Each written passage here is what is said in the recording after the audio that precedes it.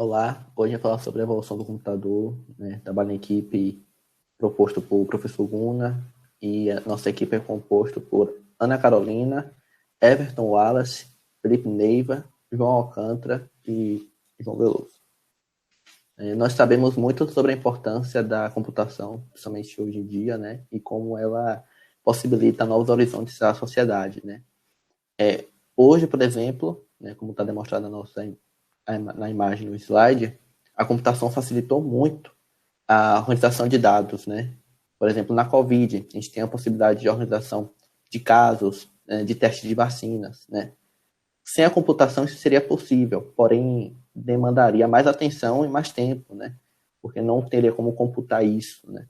E claro, na COVID, né, tendo isso em vista, nós também temos a educação à distância, né? Que a computação nos ajuda a ter essa educação não tão ampla, mas ajuda a que não fique sem educação desde então. A computação é uma coisa que não é inerte, né? Ela tende a evoluir cada vez mais. Desde que o mundo existe, a computação ela vai evoluindo e não vai parar por aqui. Pode passar, João.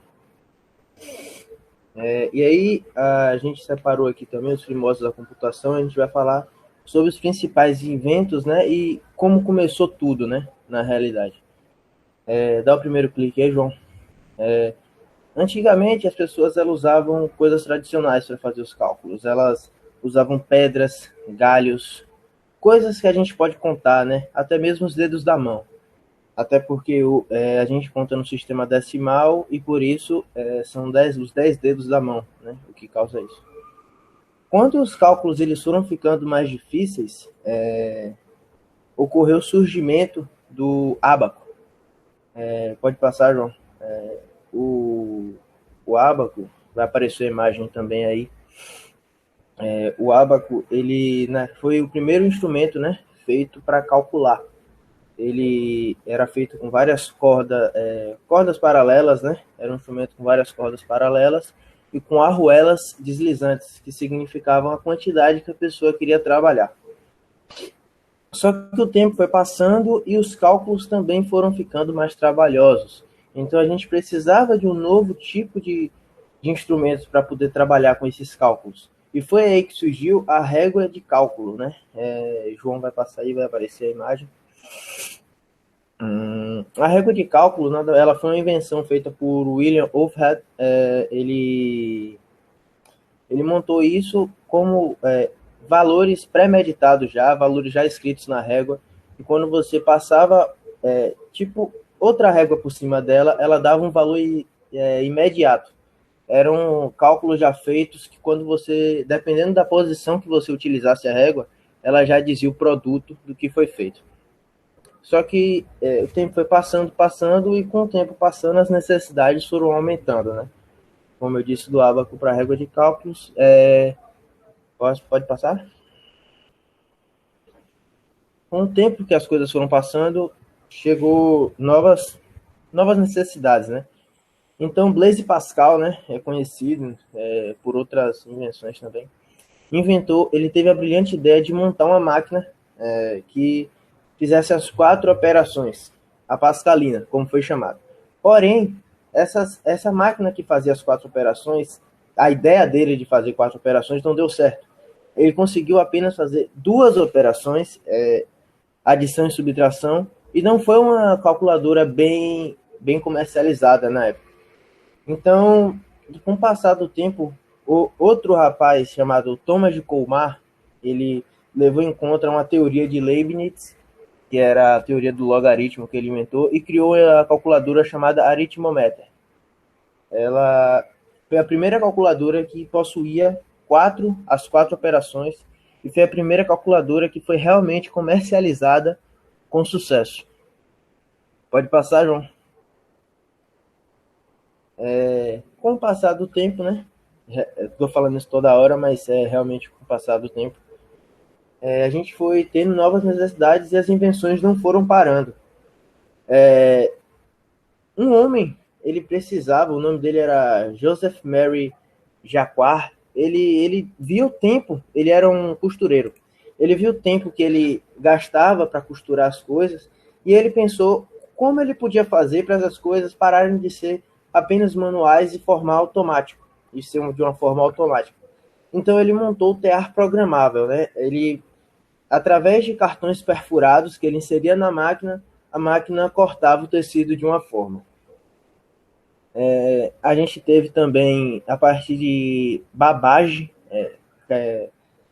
pode passar, João? Babbage inventou, depois de um tempo, a máquina de diferenças e a máquina analítica, que nada mais foi, na realidade, do que um aperfeiçoamento do TA programável, né, assim dizendo. E esses foram os principais inventos, né, os primórdios da computação, que gerou tudo, né, o que começou tudo que a gente conhece hoje.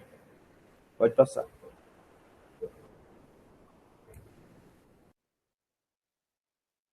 Então, até antes da Segunda Guerra Mundial, né, como foi apresentado por João, e a Segunda Guerra Mundial ocorreu entre 1939 até 1945. As máquinas elas não podiam ser chamadas de computadores. Por quê? Porque elas só conseguiam calcular operações, como apresentado anteriormente. Mas durante a Segunda Guerra Mundial, ocorreu avanços tecnológicos surpreendentes e foram desenvolvidos os primeiros computadores para decifrar e criar códigos também. Pode passar as slides. E então, em 1941, foi criado o primeiro computador eletromecânico, chamado Z3. Ele foi construído pelos alemães e tinha como principal função a codificação de mensagem. Ele tinha uma memória que armazenava 64 bits, 64 números de 22 bits. Pode passar as slides. E logo em seguida, né, os ingleses não queriam ficar para trás. Os alemães estavam desenvolvendo esses computadores e tudo mais, os ingleses começou a buscar forma de tecnologia melhores para decifrar códigos. E eles desenvolveram o Colossus, como é apresentado na imagem ao lado, e ele foi construído em 1943 e é considerado o primeiro computador eletrônico programável do mundo. O Colossus ele funciona por meio de válvulas, funcionava no caso, e chegava a processar 5.000 caracteres por segundo. Ele foi inventado por Thomas Flower. Pode passar a slide. E em 1944, os Estados Unidos, juntamente com a Marinha e a Universidade de Harvard e a IBM. A IBM ela é uma empresa que a sigla significa, levando para o português, Máquinas de Negócios Internacionais. E ela vai ser uma empresa muito importante para a história dos principais computadores. E então, Estados Unidos, com a Universidade de Harvard e a IBM, eles criaram o Mark I, em 1994, que é um computador eletromagnético, que ele é muito diferente dos computadores atuais. Ele chegava a ter 18 metros de comprimento, 2 metros de largura e 70 toneladas. E a sua fiação alcançava 70 quilômetros.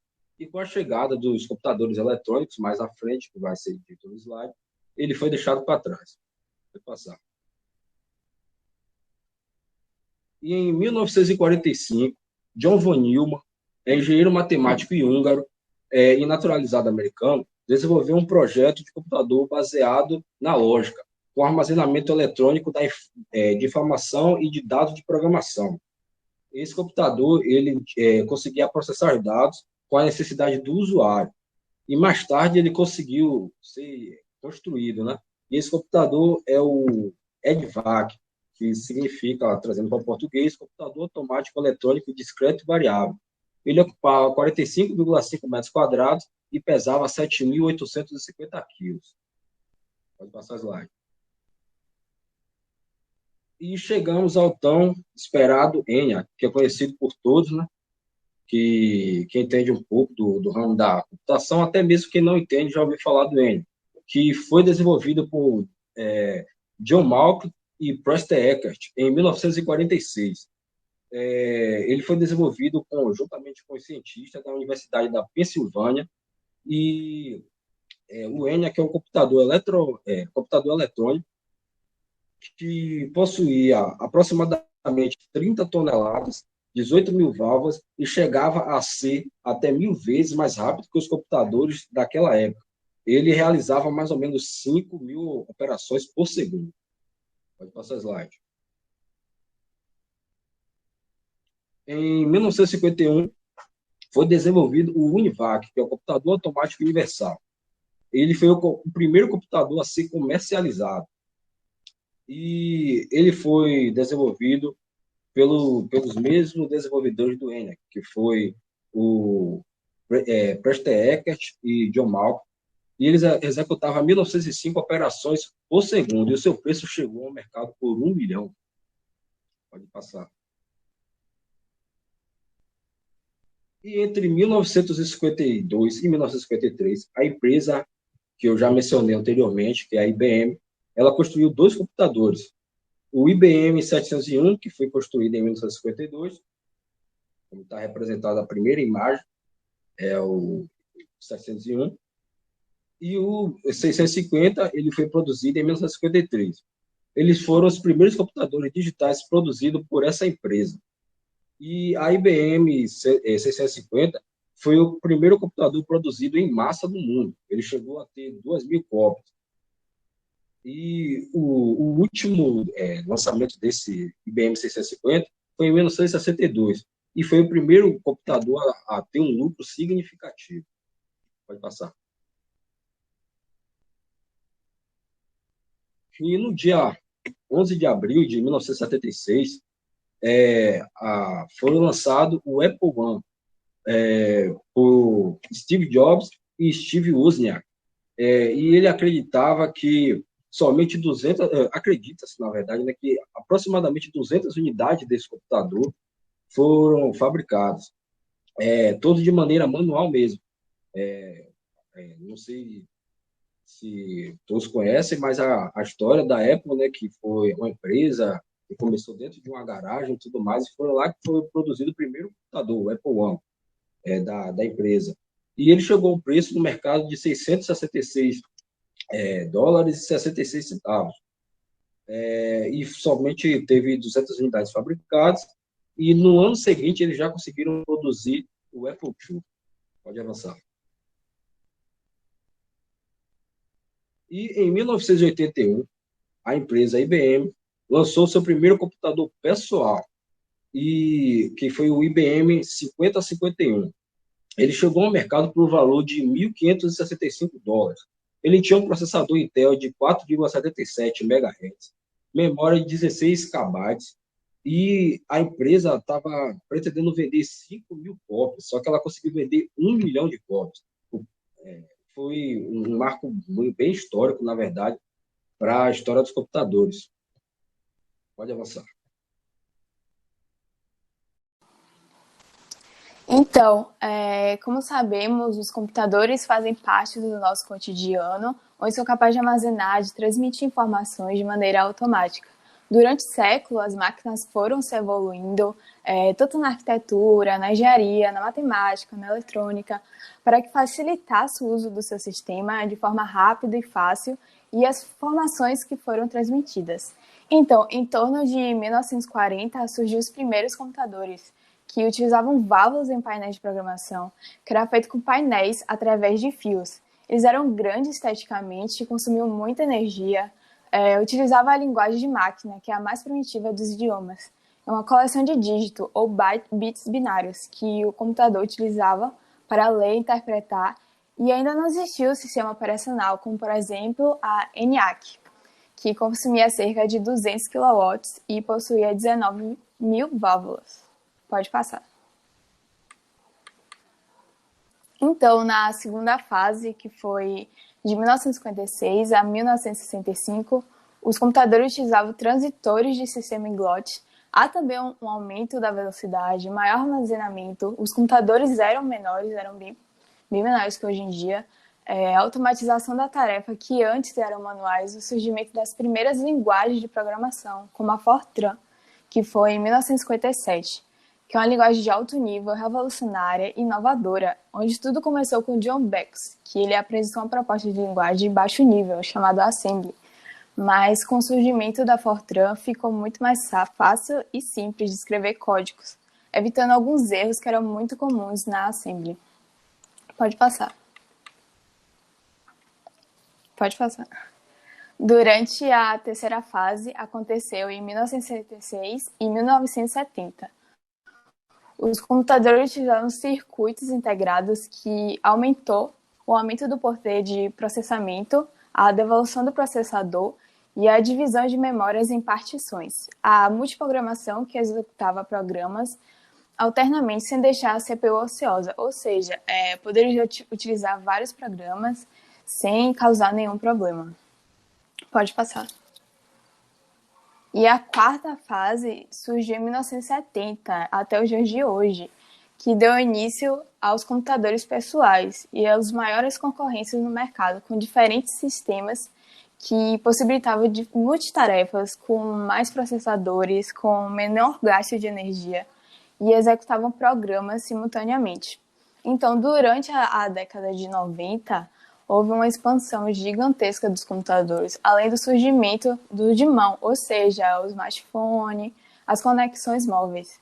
Então, alguns estudiosos acrescentam que há sim uma quinta geração dos computadores, que são supercomputadores, e são utilizados por grandes corporações, como a NASA. E é isso. Pode passar.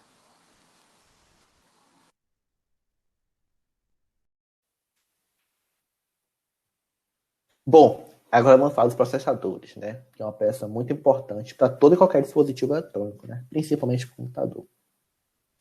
O processador também é conhecido como CPU, né? E quando a gente traduz essa sigla, né, esse termo para o português, significa unidade central de processamento. Esta é uma peça fundamental para o dispositivo porque ele tem a função de acelerar, endereçar, resolve e prepara os dados, né? Então, no caso, ele recebe os dados de código binário e ele é responsável por responder nesses dados, né? Só que vale salientar que o processador que temos hoje não é o processador que tínhamos há 30, nem 40 anos atrás. Né? Ele vem se evoluindo. E nada daquilo do processo é jogado fora. Tecnologias novas são aplicadas. Enfim, nada daquilo é perdido. Então, vamos falar do processador do ENIAC, até dito pelos colegas anteriormente, né? O modelo System 360, os microprocessadores, o modelo x86-64 e o modelo que usamos muito atualmente é o Core i3, i5, i7 e i9. Como dito anteriormente, né, pelos colegas, o ENIAC foi feito em uma época de Segunda Guerra Mundial. Então, a principal função dele era calcular balísticas, né? Não era que se limitava a isso, mas a principal função era esta. Então, nós tínhamos um processador básico, né? Ele é um processador grande e até algumas calculadoras chegaram a usar esse processador. Porém, tínhamos um problema. Por quê? Cada processador tinha um software diferente. Então, o computador A era o software B era para o computador A. O software C, computador D. Enfim, isso dificultava muito a manutenção. Então, a empresa IBM, norte-americana, até dito anteriormente pelos colegas, né, desenvolveu o modelo System 360. A grande vantagem dele é que é um processador com o mesmo software, porém detinha uma desvantagem, né? Duas. Ele continuava grande e não detinha uma unidade central. E aí, então, a empresa americana Intel, né, ela produziu seu primeiro microprocessador em 1970. Foi o modelo Intel 404. Né? Ela detinha o processador universal e unidade central. E aí, então, desenvolveram uma tecnologia. Né? Antes deste, os controladores eram presos à placa-mãe. E aí, dificultava muito. Né? E aí, a partir que ele foi retirado da placa-mãe, o QPI, que significa Quick Part Internet, e hipertransporte, eles ficaram livres. Então, o processador, estes têm a função de comunicação. Então, os processadores poderiam receber e enviar dados ao mesmo tempo. E isso acelerou muito o processador. Então, tivemos o modelo Intel 404 com processador de 8 bits, né, podendo calcular 90 mil informações por segundo. E a gente já falou do clock interno, que é um ciclo. Então, se ele recebe, por exemplo, 10 mil informações e consegue resolver em um segundo, é o clock interno, né? E se dá por frequência, né? Por hertz. Então, se teve a tendência, claro, de ampliar os processadores. E aí, então, foi para X8 com 16 bits e o X68, já com processador universal e com a unidade central, né? Então, aqui é o Intel 404, isso na foto. E aí, foi necessário um processador melhor, tendo em vista que o X68 só tinha capacidade de 32 bits e pouca memória, né? 4 GB de RAM, 4 GB mais ou menos. E aí foi necessário de 64. E aí uma empresa denominada AMD desenvolveu o primeiro com 64 no ano 2000. É importante salientar que estamos em uma época do boom de 90, onde computadores pessoais aumentaram, né? Então, o mercado tecnológico tinha que evoluir de alguma forma, ou enfim. Só que esse não detinha um sinal digital embutido, né?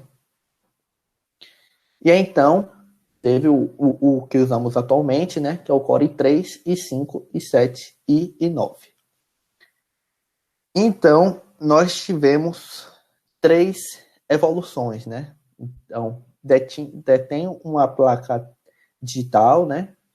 E temos memória cache, TDP e tubo BOS. Memória cache é uma memória que fica no processador e alguns dados ficam armazenados ali. Então, o processador, ele tem um pouco de memória e essa memória, ela consegue informar os dados mais rápidos. Isso acelera muito o processador.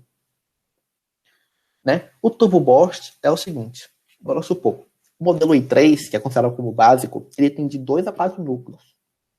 Então, vamos supor que nós temos um i3 com 4 núcleos. 2 está ocioso. Então, sobram 2, né? Então, esses 2 que não estão ociosos, eles vão trabalhar de forma turbo para suprir esses 2. Então, isso melhora bastante o processador, né?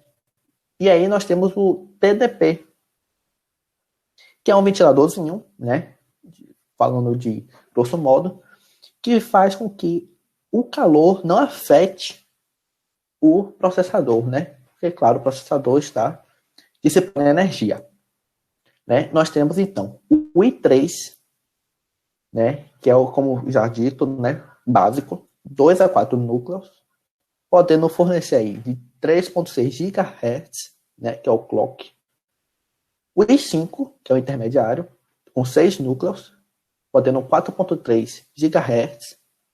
O i7, considerado como completo, com 8 núcleos e 4.7 GHz, né? E o top de linha, que é o i9, com até 18 núcleos, podemos chegar até 4.9 GHz. Então, nós saímos de um processador grande, porém não detinha toda essa tecnologia que nós temos hoje, né? Como o i7, né?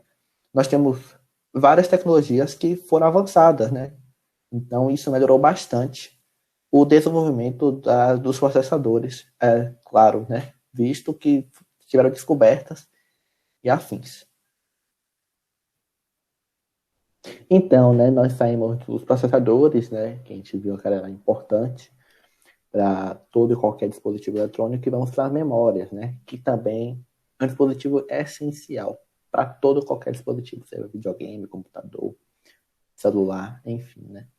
Ele tem a função de guardar, armazenar dados, né, seja eles temporários, permanentes, né. E assim como os processadores, né, eles vieram se desenvolvendo, né. o mesmo memória que a gente usa, por exemplo, a DDR, que é Double Date Rate, né, em inglês, não é a mesma, não é que a gente usava em 50 anos atrás, né? Ela veio se desenvolvendo, assim como os processadores, né? E tudo aquilo que vem se desenvolvido, nada foi perdido, né? As ideias foram estudadas, as tecnologias também foram estudadas, né? E aí, então, vamos começar com o tubo de Williams, né? A memória DRAM, SIM e DDR, que é a qual utiliza hoje, né? Muito utilizado. Então, tubo de Williams, né? Ela foi criada em 1947, né? Pelo engenheiro Frederick Williams, né? Esse tubo utilizava raios catódicos, né? Mercúrio e linha de retrato.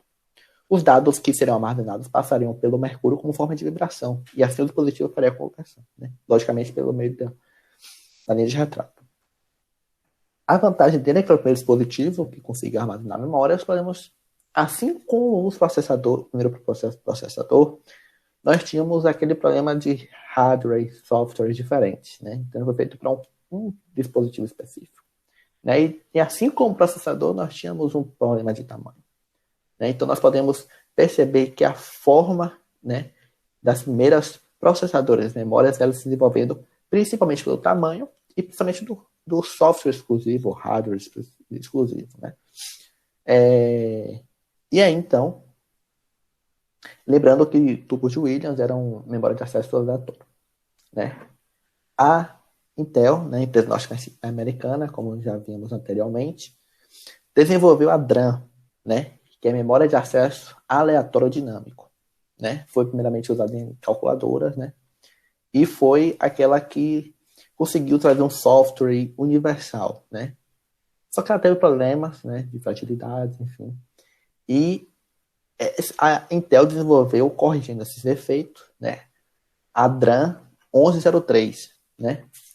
Definido como padrão mundial e acabou ocupando a maioria do mercado, até hoje com conceitos básicos desta, né? São utilizados em memórias atuais. Então isso só ratifica que tudo aquilo que tínhamos antes das memórias que foram produzidas e são usadas atualmente foram utilizadas, né? A ideia foi utilizada, as tecnologias, né? Nada foi perdido. E aí a gente pode perceber, né? Nós tínhamos um tubo de Williams que era enorme, né? E aqui já temos uma memória menor, né? Nós tínhamos um problema com a DRAM, né?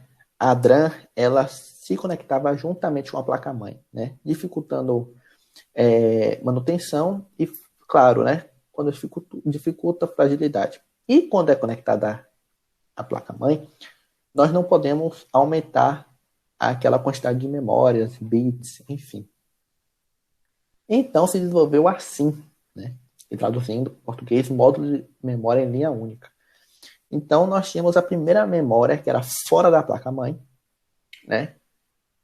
Então podendo transmitir mais bits, né? Memórias, enfim. Só que a primeira memória desta foi produzida com 30 pinos, podendo transmitir até 9 bits.